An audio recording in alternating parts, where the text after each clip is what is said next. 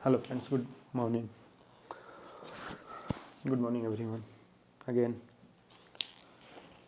कल हम लोगों ने पॉलीगन्स चैप्टर 14 के क्लास 8 के आर.एस. अग्रवाल के मैथ के चैप्टर 14 पॉलीगन्स हमने देखा था। पॉलीगन्स हमने पढ़ा था थ्योरी पोर्शन के बारे में। यहाँ पे हम लोग एक्सरसाइज 14A पढ़ेंगे, ठीक है।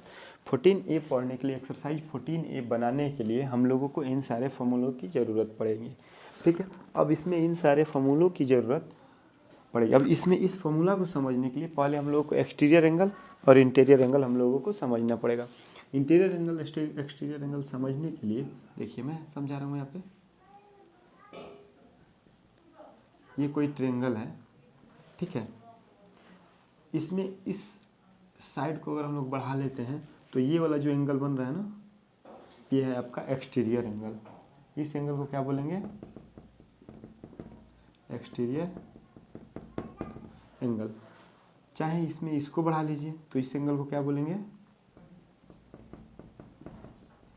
एक्सटीरियर एंगल, ठीक है। समझ में आ रहा है? और ये जो अंदर का एंगल है ना, इन सारे एंगल को हम लोग क्या बोलते हैं? Interior angle. तो यहाँ पे हम लोग क्या देख पा रहे हैं कि जैसे ही इस लाइन को बढ़ाते हैं ये एक स्ट्रेट लाइन बन जा रहा है, और एक स्ट्रेट लाइन पे कितने डिग्री का एंगल होता है? 180 डिग्री का। एक स्ट्रेट लाइन पे एंगल कितने डिग्री का होता है? 180 डिग्री का, ठीक है। तो अब इसमें से हम लोग या फिर इंटीरियर एंगल निकाल लें तो एक्सटीरियर एंगल पता चल जाएगा, 180 में से घटा देंगे। और एक्सटीरियर एंगल निकाल लें तो इंटीरियर एंगल पता चल जाएगा, क्योंकि 180 में से हम लोग घटा लेंगे, ठीक है। जैसे मान लीजिए ये 130 डिग्री का है, तो 180 में से 130 घटाएंगे तो ये कितना हो जाएगा? 50 डिग्री। क्यों? क्योंकि ये पूरा 180 डिग्री का है।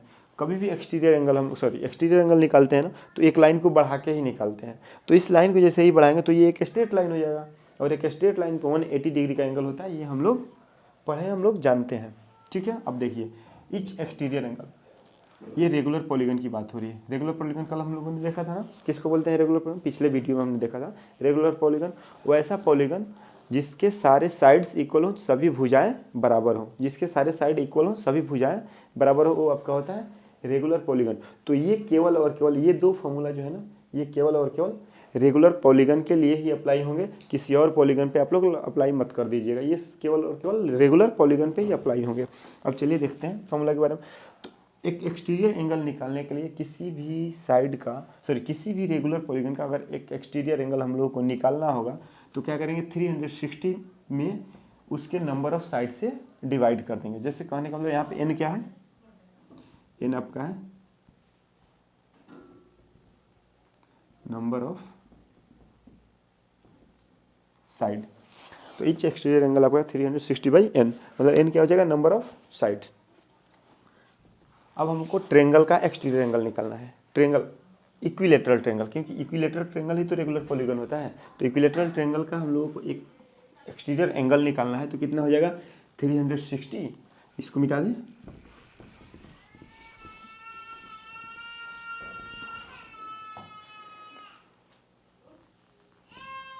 (360/3).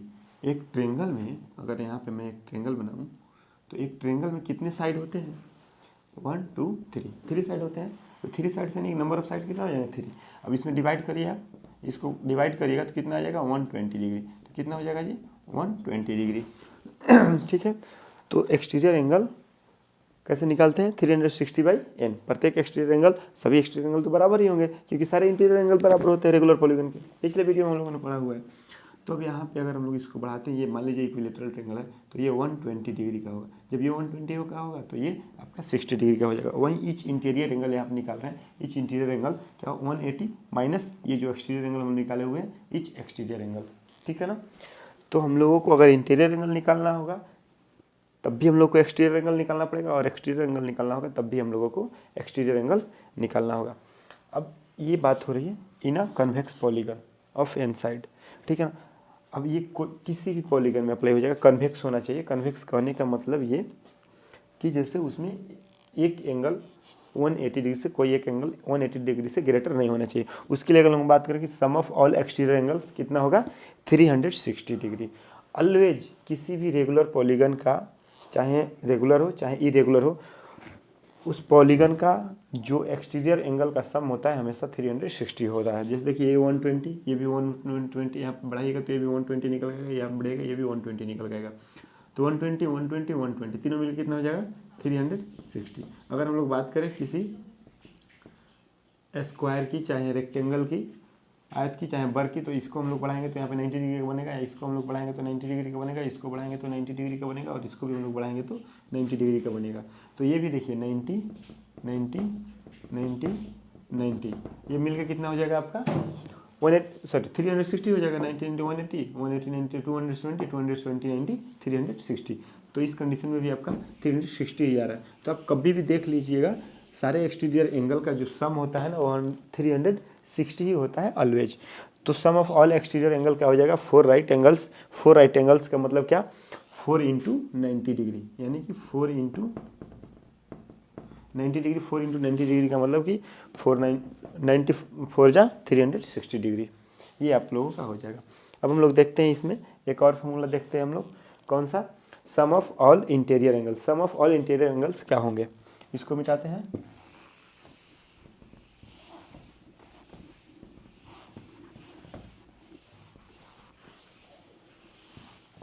नीचे लिख सकता था लेकिन बहुत नीचे हो जा रहा है, बैठ के लिखना पड़ेगा, परेशानी होगी।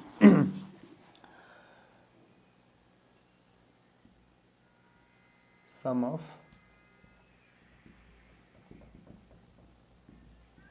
All interior angle equal to कितना हो जाएगा, sum of all interior angle. Sum of all interior angle आपका हो जाएगा 2 × 1 सेकेंड रुकिए, ये माइक गड़बड़ हो रहा है। दो तरह का फॉर्मूला होता है, 2n-4 राइट एंगल्स लिख लीजिए, चाहे इसी को हम लोग लिख सकते हैं 2n-4 × 90 डिग्री, चाहे हम लोग इसको इस तरफ लिखते हैं n-2 × 180 डिग्री।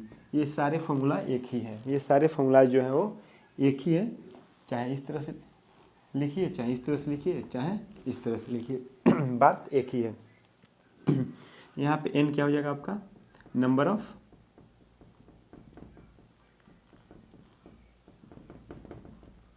साइड्स हो जाएगा। अगर हम लोग को पता करना है एक ट्रेंगल के सम ऑफ ऑल इंटीरियर एंगल कितने होते हैं, तो एक ट्रेंगल में 1 2 3 साइड है ना, चलिए थोड़ा सा बड़ा बना देते हैं। यहाँ पे अगर हम बात करें 1 2 3 साइड है ना, तो यहाँ पे n का वैल्यू 3 रखेंगे, तो 3 - 1 × 180 डिग्री क्या होगा, 3 - 2 है, 3 - 2, तो यहाँ पे क्या हो जाएगा 1 × 180 डिग्री इक्वल टू कितना हो जाएगा 180 डिग्री। तो सम ऑफ ऑल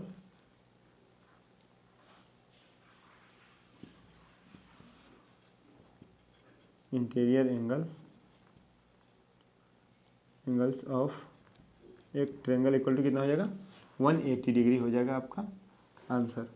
हम लोग जानते भी हैं कि एक ट्रेंगल के सारे एंगल्स का सम जो होता है 180 डिग्री होता है। अगर हम लोग क्वाड्रिलेटरल के ही निकालें तो क्वाड्रिलेटरल का ही निकालिए, हम लोग जानते भी हैं क्वाड्रिलेटरल का 360 होता है, निकाल के भी देखिए 4 - 2 × 180 डिग्री कितना आएगा 2 × 180 डिग्री, यानी कितना हो जाएगा आपका 360 degree.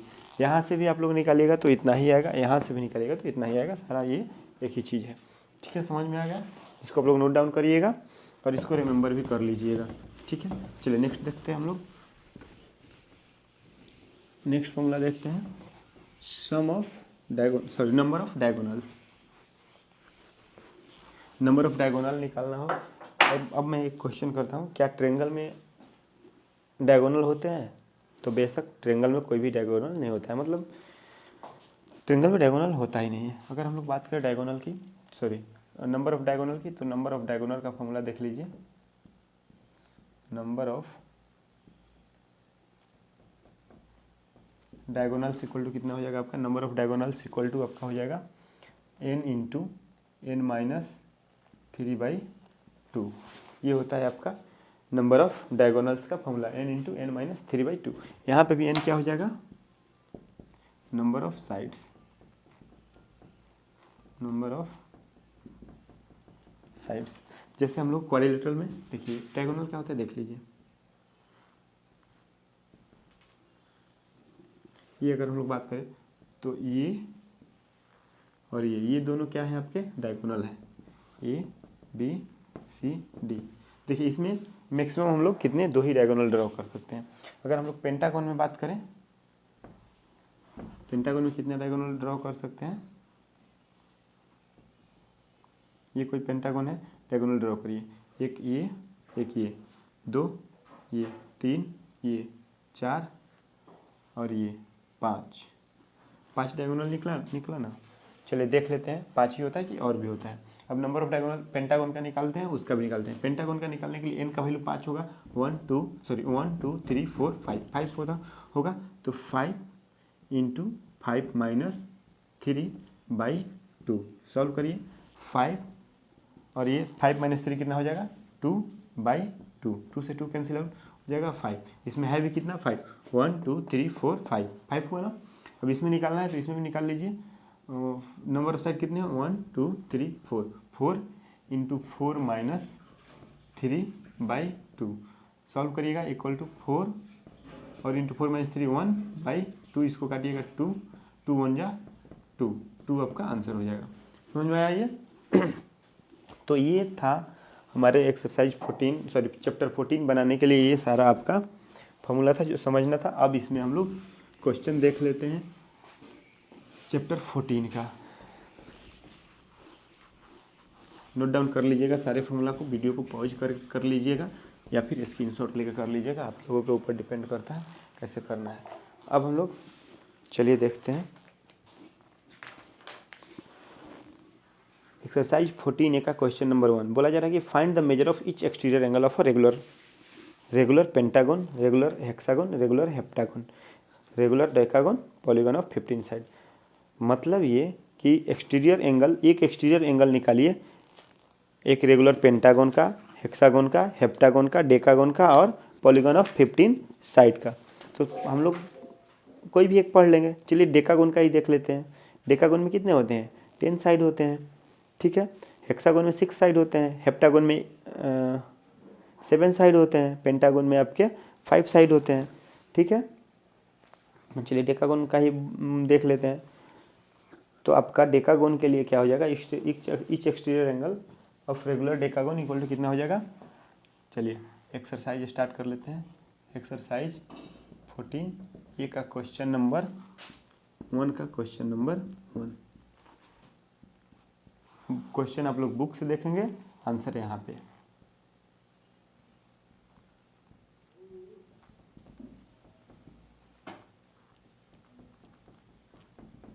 Each exterior angle of regular pentagon नहीं डेकागन बोला था ना, तो डेकागन ही बताऊंगा। डेकागन इक्वल टू कितना हो जाएगा आपका, डेकागन के लिए n कितना हो जाएगा 10 तो 10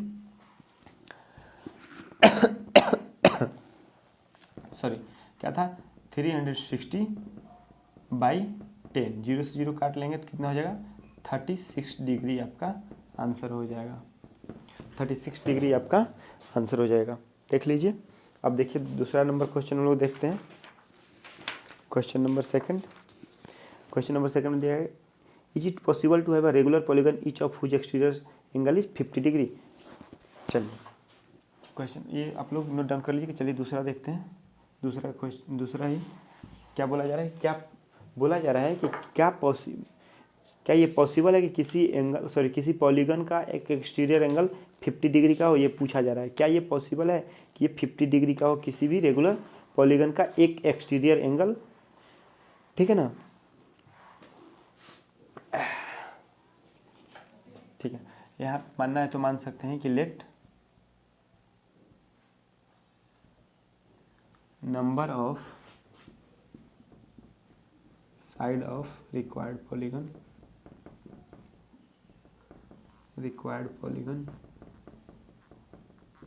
equal to n। Number of side मान लीजिए किसी भी जो रिक्वायर्ड पॉलीगन है अपना, उसका नंबर ऑफ साइड कितना मान लीजिए n, ठीक है। तो यहाँ पे हम लोग क्या लिख देंगे कि each exterior angle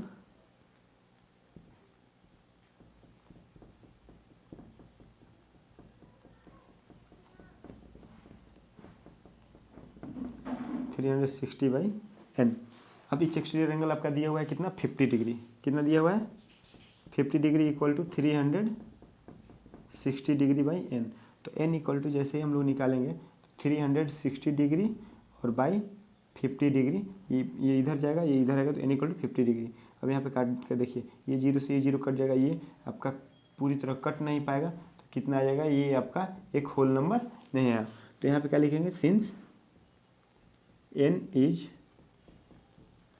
not a whole number, hence क्या हो जाएगा आपका 50, it is not possible that it is not possible that each exterior angle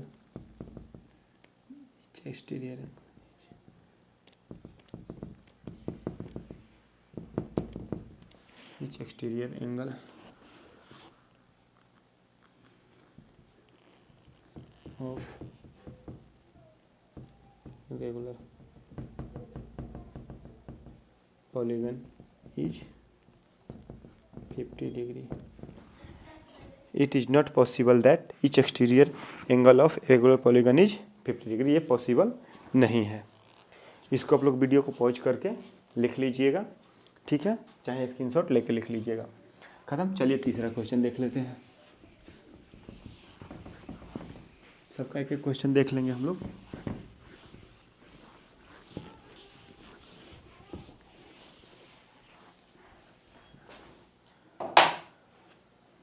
question number 3, देखिए वीडियो लंबा हो जाएगा, इसलिए नेक्स्ट वीडियो में हम लोग क्वेश्चन नंबर 3 देख लेंगे। 3 पहले देख लेते हैं क्या है।